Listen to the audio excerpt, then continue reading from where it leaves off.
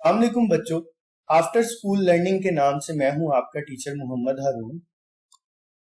आज हम 10th class की एक्सरसाइज 1.1 का दूसरा सवाल हल करना सीखेंगे। सवाल हल करने से पहले कुछ बेसिक बातों का आपको एडवांस में पता होना चाहिए। जैसा कि किसी भी क्वाड्रेटिक इक्वेशन को हल करने के तीन तरीके होते हैं। पहला फैक्टराइजेशन कहलाता है, दूसरा कंप्लीटिंग स्केयर कहलाता है और तीसरा क्वाड्रेटिक फार्मूला। पहला तरीका हम आज सीखने जा रहे हैं, ये 1.1 एक्सरसाइज का दूसरा सवाल बनता है। दूसरा तरीका हम इसी एक्सरसाइज के तीसरे सवाल में सीखेंगे और क्वाड्रेटिक फार्मूले का इस्तेमाल करके किसी भी क्वाड्रेटिक इक्वेशन को हल कैसे किया जाता है वो हम 1.2 एक्सरसाइज में सीखेंगे। इन तीनों में से किसी भी मेथड का इस्तेमाल करने से पहले आपकी जो क्वाड्रेटिक इक्वेशन है वो स्टैंडर्ड फॉर्म में होनी चाहिए। और किसी भी क्वाड्रेटिक इक्वेशन की स्टैंडर्ड फॉर्म क्या होती है ये मैंने आपकी स्क्रीन के ऊपर लिख दी है। और स्टैंडर्ड फॉर्म को एक्सप्लेन मैंने इससे जो पहले वाला वीडियो लेक्चर है मेरा चैप्टर नंबर 1 का इंट्रोडक्शन के नाम से, आप उसको देख सकते हैं। वहां से आपको आइडिया हो जाएगा कि ये स्टैंडर्ड फॉर्म का मतलब क्या होता है। हम अपने सवाल पे चलते हैं। टोटल 6 पार्ट्स हैं जिसमें से पहले 4 पार्ट्स शॉर्ट क्वेश्चंस के तौर पे आते हैं और जो लास्ट वाले 2 हैं वो आपसे लॉन्ग क्वेश्चन में पूछे जा सकते हैं। पहले सवाल का सलूशन है और फैक्टराइजेशन के सवाल होते हैं वो 2 तरह के होते हैं। ये पहली टाइप है और ये बड़ी आसान वाली टाइप। पहली टाइप में क्या होता है कि जो x की पावर 2 होती है उसके साथ कोई भी नंबर मल्टीप्लाई नहीं हो रहा होता, x की पावर 2 अकेली होती है। जब इस तरह की टाइप आपके पास हो तो उसमें करते क्या है, उसमें जो दरमियान वाली वैल्यू है उसके करते हैं 2 हिस्से। ये जो x वाली वैल्यू है इसके हम करते हैं 2 हिस्से कि जब उनको मल्टीप्लाई करें तो हमारे पास ये कांस्टेंट टर्म आनी चाहिए। मैंने इसको इस इक्वेशन को जरा इस शक्ल में लिख दिया है ताकि आप लोगों को समझने में आसानी हो। अब ये जो दरमियान वाली टर्म है ये हमारे पास है -1x। इसमें ये जो -1 है आपने इसके करने हैं 2 हिस्से जिनको आपस में जब मल्टीप्लाई करे तो हमारे पास ये -20 आना चाहिए। तो -1 को मैं लिख सकता हूं -5 + 4, -5 + 4 -1 के बराबर होता है और जब हम इनको मल्टीप्लाई करते हैं तो ये -20 आ जाता है।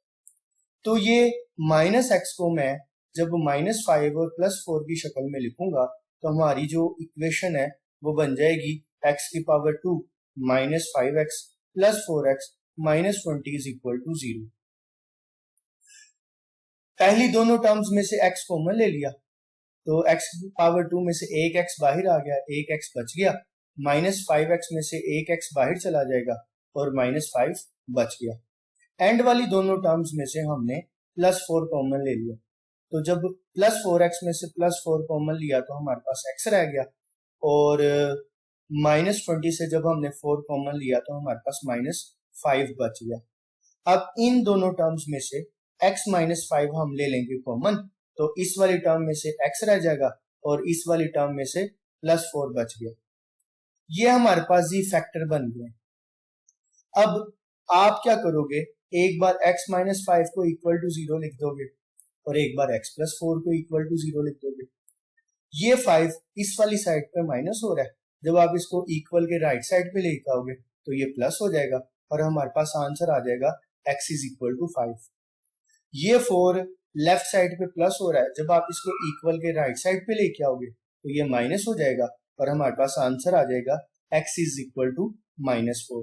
तो सॉल्यूशन सेट में हमारे पास आ गया 5 और -4।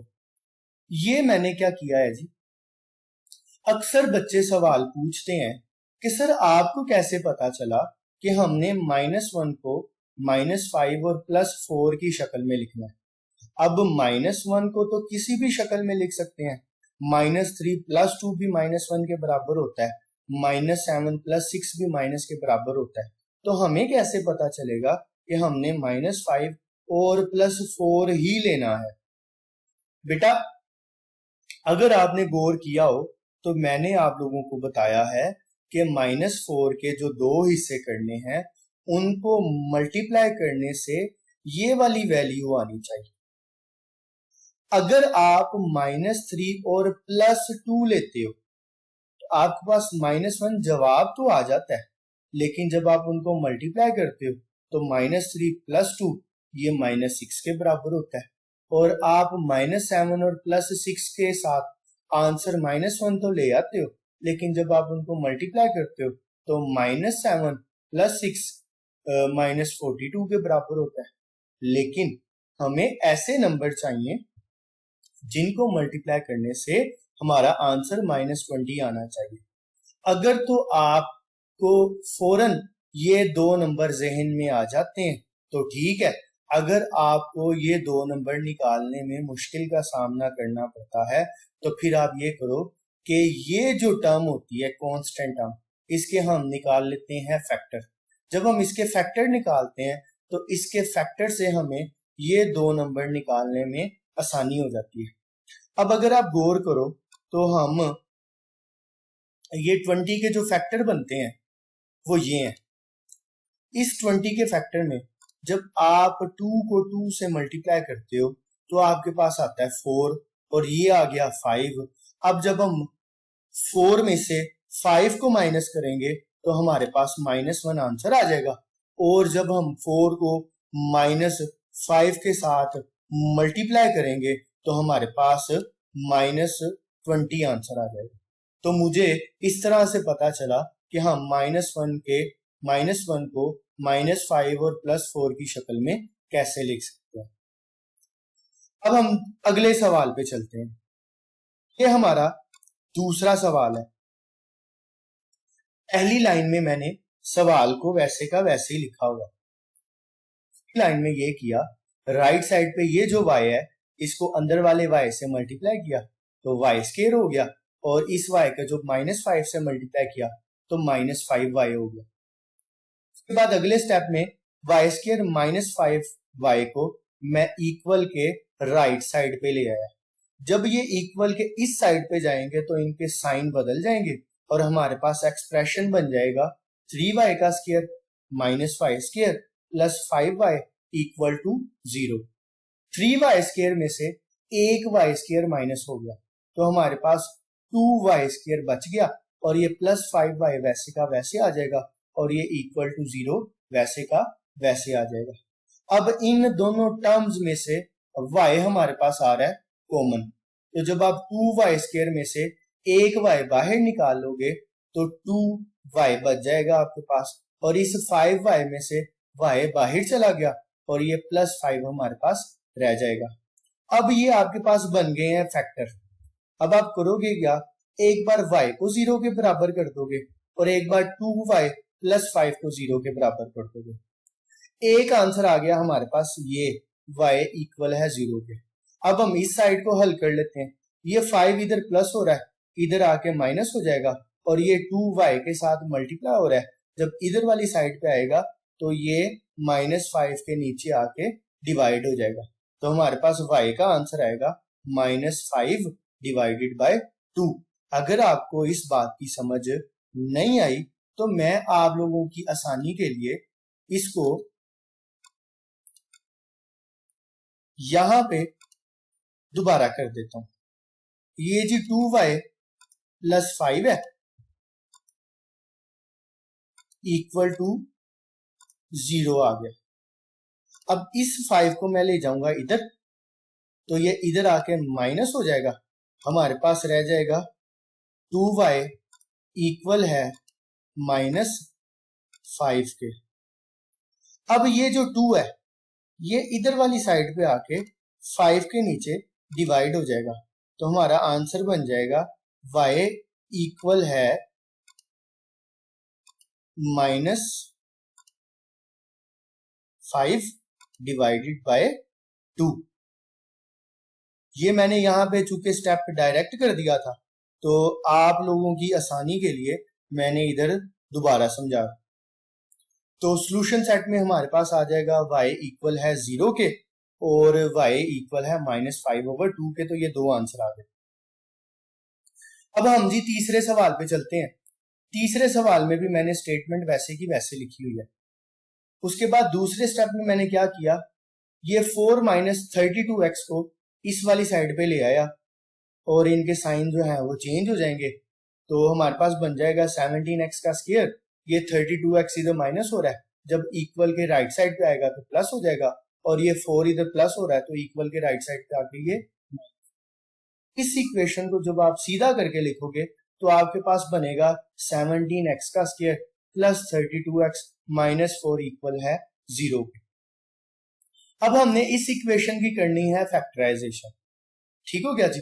फैक्टराइजेशन करने के लिए ये मैंने इस साइड पे थोड़ा सा रफ वर्क किया हुआ है। हमने दरमियान वाली वैल्यू के करने हैं दो हिस्से। अब ये जो इक्वेशन है ये हमारे पास आ रही है टाइप 2। मैंने आपको जब पहला सवाल हल किया तो बताया कि फैक्टराइजेशन करने के लिए हमें दो तरह के सवाल मिलते हैं। एक सवाल वो जिसमें x की पावर 2 के साथ कुछ नहीं होता, और एक वो सवाल जिसमें x की पावर 2 के साथ कोई नंबर मल्टीप्लाई हो रहा होता है।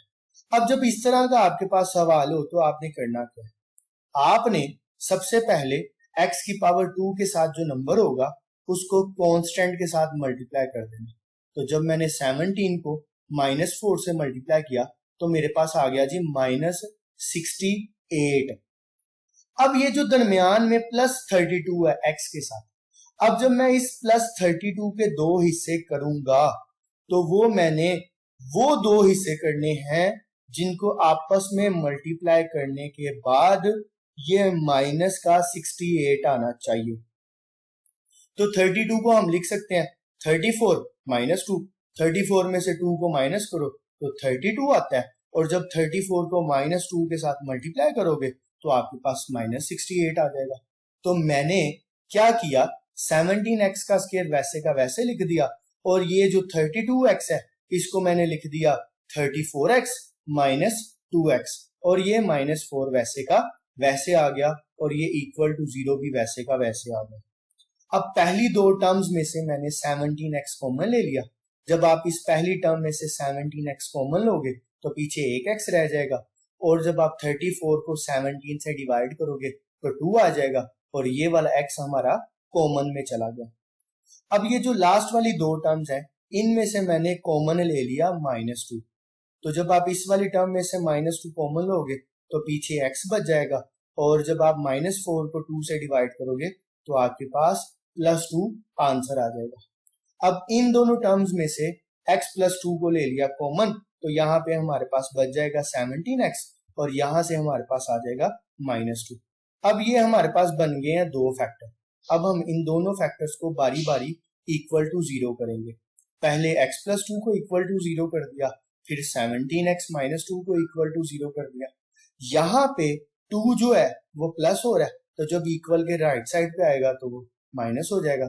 इसी तरह यहाँ पे जो 2 है वो माइनस हो रहा है, राइट साइड पे आके प्लस हो जाएगा, और ये जो 17x है ये इधर आके डिवाइड हो जाएगा।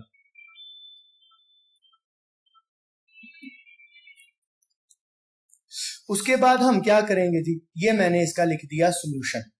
अब जिस तरह मैंने आपको पहले सवाल में बताया कि मुझे कैसे पता चलेगा कि हम +32 को 34 और -2 की शक्ल में लिख सकते हैं, हम तो इसका कोई भी जोड़ा बना सकते थे, तो फिर हमने ये ही जोड़ा क्यों बनाया? तो उसकी वजह मैंने आपको बताई है कि जब आप दरमियान वाली वैल्यू की मिड टर्म ब्रेकिंग करते हो तो वो ऐसी होनी चाहिए जिसको मल्टीप्लाई करने से आपके पास ये वाला आंसर आए। ठीक है, तो 34 और -2 ही वो दो नंबर बनते हैं जिनको आपस में मल्टीप्लाई करके ये -68 आता है।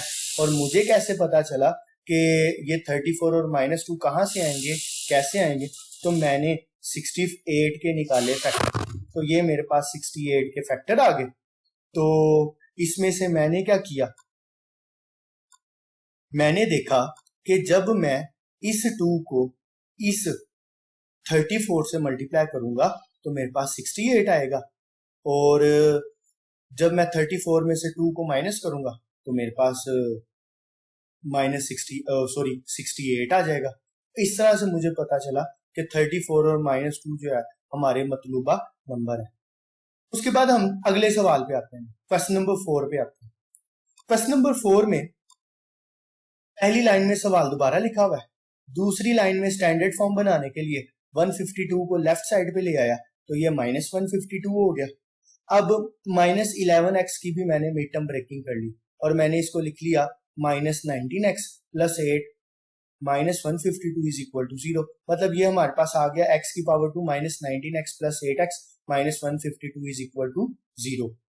अब पहली दो वैल्यूज में से x कॉमन लिया तो x -19 आ गया और लास्ट वाली दो वैल्यूज में से 8 कॉमन लिया तो x -19 आ गया। जब इन दोनों वैल्यूज में से x -19 कॉमन लिया तो हमारे पास x + 8 बच गया। ये दो फैक्टर्स बन गए, एक बार x -19 को इक्वल टू 0 कर दिया और एक बार x + 8 को इक्वल टू 0 कर दिया। अब ये जो 19 है ये इस वाली साइड पे हो रहा है माइनस, तो जब हम इसको दूसरी साइड पे लेके जाएंगे तो ये हो जाएगा प्लस। इसी तरह से ये 8 इस वाली साइड पे प्लस हो रहा है तो ये दूसरी साइड पे जाके माइनस हो जाएगा। तो हमारे पास ए का आंसर आ जाएगा x इज इक्वल टू 19 और ए का आंसर आ जाएगा x इज इक्वल टू -18। ठीक है जी। और -11x की मिड टर्म ब्रेकिंग कैसे की वो मैंने ये रफ वर्क किया हुआ है, तो यहां से आप लोग देख सकते हो। अब हमारे पास है जी आखिरी दो सवाल, एक 5 वाला पार्ट है और एक 6 वाला पार्ट। ये सवाल अगर आपको पेपर में आएंगे तो ये लॉन्ग क्वेश्चन के तौर पे आपको आएंगे, ये शॉर्ट में नहीं आ सकते। तो हम क्वेश्चन नंबर 5 की बात करते हैं जी। ये हमारे पास एक क्वाड्रेटिक इक्वेशन है लेकिन ये अपनी स्टैंडर्ड फॉर्म में नहीं है, तो हमने सबसे पहले इसको स्टैंडर्ड फॉर्म में बनाना है। किसी भी क्वाड्रेटिक इक्वेशन को स्टैंडर्ड फॉर्म में कैसे कन्वर्ट करते हैं ये हम एक्सरसाइज नंबर 1.1 के पहले सवाल में सीखते हैं। और अगर आपको स्टैंडर्ड फॉर्म बनानी नहीं आती तो आप मेरी पिछली वाली वीडियो देख सकते हो, उसमें आपको बड़े अच्छे तरीके से समझ आ जाएगी। मैं आप लोगों की आसानी के लिए एक बार दोबारा बता देता हूं कि अगर आपके पास इस तरह का सवाल हो तो उसकी स्टैंडर्ड फॉर्म कैसे बनाते हैं।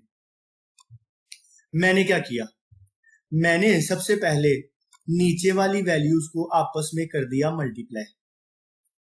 उसका फायदा क्या होगा कि ये मेरे पास बन जाएगा एलसीएम। फिर मैंने ऊपर वाली वैल्यूज की कर दी क्रॉस मल्टीप्लीकेशन, मतलब ये जो x + 1 है इसको मैंने इसके साथ मल्टीप्लाई कर दिया और इस वाले x को इसके साथ मल्टीप्लाई कर दिया, तो हमारे पास ये शक्ल बन गई। अब उसके बाद क्या करूंगा जी, उसके बाद मैंने इस x को इस x के साथ मल्टीप्लाई किया तो x की पावर 2 आ गया, इस x को 1 से मल्टीप्लाई किया तो x आ गया, इस 1 को x के साथ मल्टीप्लाई किया तो x आ गया और इस 1 को जब 1 से मल्टीप्लाई करूंगा तो मेरे पास 1 आ जाएगा। ये दो x आपस में मल्टीप्लाई होंगे तो x की पावर 2 आ जाएगा और जब ये नीचे वाले x को इस वाले x के साथ मल्टीप्लाई करेंगे तो x की पावर 2 हो जाएगा और इस वाले x को 1 से मल्टीप्लाई करेंगे तो x आ जाएगा। ये जो राइट साइड है इसको मैं अभी नहीं छेड़ता, ये वैसे की वैसे लिखी हुई है। अब x की पावर 2 में जब x की पावर 2 प्लस करते हैं तो ये 2x की पावर 2 बन जाता है। x में जब x को प्लस करेंगे तो ये 2x हो जाएगा और ये हमारे पास +1 वैसे का वैसे आ गया और नीचे वाली वैल्यू भी वैसे की वैसे आ गई। जब आप इस स्टेप पे पहुंचते हो तो आपने करना क्या है, आपने यहाँ पे करनी है क्रॉस मल्टीप्लीकेशन। आपने इस वाली वैल्यू को इसके साथ मल्टीप्लाई कर देना और इस वाली वैल्यू को इसके साथ मल्टीप्लाई कर देना, तो आपके पास कुछ ऐसी शक्ल बन जाएगी। अब जब आप इसको हल करोगे, 12 को 2x के साथ मल्टीप्लाई किया तो 24x की पावर 2 आ गया। 12 को 2x के साथ 12 को 2x स्क्वायर से मल्टीप्लाई किया तो 24x की पावर 2 आ गया। 12 को 2x के साथ मल्टीप्लाई करेंगे तो 24x आ जाएगा और 12 को 1 से मल्टीप्लाई करेंगे तो 12 आ जाएगा। 25 को x की पावर 2 से मल्टीप्लाई किया तो 25x की पावर 2 आ गया और 25 को x के साथ मल्टीप्लाई करेंगे तो 25x हमारे पास आ जाएगा। ये सारी की सारी वैल्यूज उठा के मैं राइट साइड पे ले आता हूँ, इधर वाली साइड पे 0 रह जाएगा। ये पहली दो वैल्यू सेम है आ रही है, 25x की पावर 2 प्लस 25x और इसी तरह से ये 25x की पावर 2 प्लस 25x, ये 24x की पावर 2 इधर आके माइनस हो जाएगा ये 24x इधर आके माइनस हो जाएगा और ये 12 इधर आके माइनस हो जाएगा। अब 25x की पावर 2 में से जब आप 24x की पावर 2 निकालते हो तो आपके पास x की पावर 2 आता है। इसी तरह से 25x में से जब आप 24x निकालते हो तो आपके पास x आ जाएगा और ये माइनस का 12 वैसे का वैसे आ जाएगा। और जब हम इस इक्वेशन को सीधा करके लिखेंगे तो ये बन जाएगा। अब मैंने ये जो दरमियान वाला x है इसकी कर दी मिड टर्म ब्रेकिंग और मैंने प्लस x को लिख लिया प्लस 4x माइनस 3x। पहली दोनों वैल्यूज में से मैंने x कॉमन ले लिया तो x प्लस 4 आ जाएगा और एंड वाली दोनों वैल्यूज में से माइनस 3 कॉमन लिया तो हमारे पास x प्लस 4 आ जाएगा। इन दोनों वैल्यूज में से x प्लस 4 कॉमन ले लो, x माइनस 3 आ जाएगा। ये हमारे पास फैक्टर बन गए। एक बार मैंने x प्लस 4 को इक्वल टू 0 कर दिया और एक बार मैंने x माइनस 3 को इक्वल टू 0 कर दिया। यहाँ से 4 जब राइट साइड पे आएगा तो माइनस हो जाएगा और हमारे पास आंसर आ जाएगा x is equal to minus 4। और यहाँ से जब माइनस 3 दूसरी साइड पे जाएगा तो ये प्लस हो जाएगा और हमारे पास आंसर आ जाएगा x इज इक्वल टू 3। तो सोल्यूशन सेट में हमारे पास आ जाएगा -4 और 3। जी आखिरी सवाल है। आखिरी सवाल का सलूशन मैंने आपके सामने लिखा हुआ है, समझाऊंगा नहीं, ये आप खुद इसको कोशिश कीजिएगा समझने की। अगर आपको फिर भी नहीं समझ आएगी तो आप मेरे से कमेंट सेक्शन में पूछ लीजिएगा और मैं आपको इसका जो है वो सलूशन फिर मैं दोबारा आपको इसका सलूशन बता दूंगा। ठीक हो गया। इसकी भी स्टैंडर्ड फॉर्म आपने बिल्कुल वैसे ही बनानी है जैसे आपने पीछे वाले सवाल की स्टैंडर्ड फॉर्म बनाई है। ओके हो गया जी।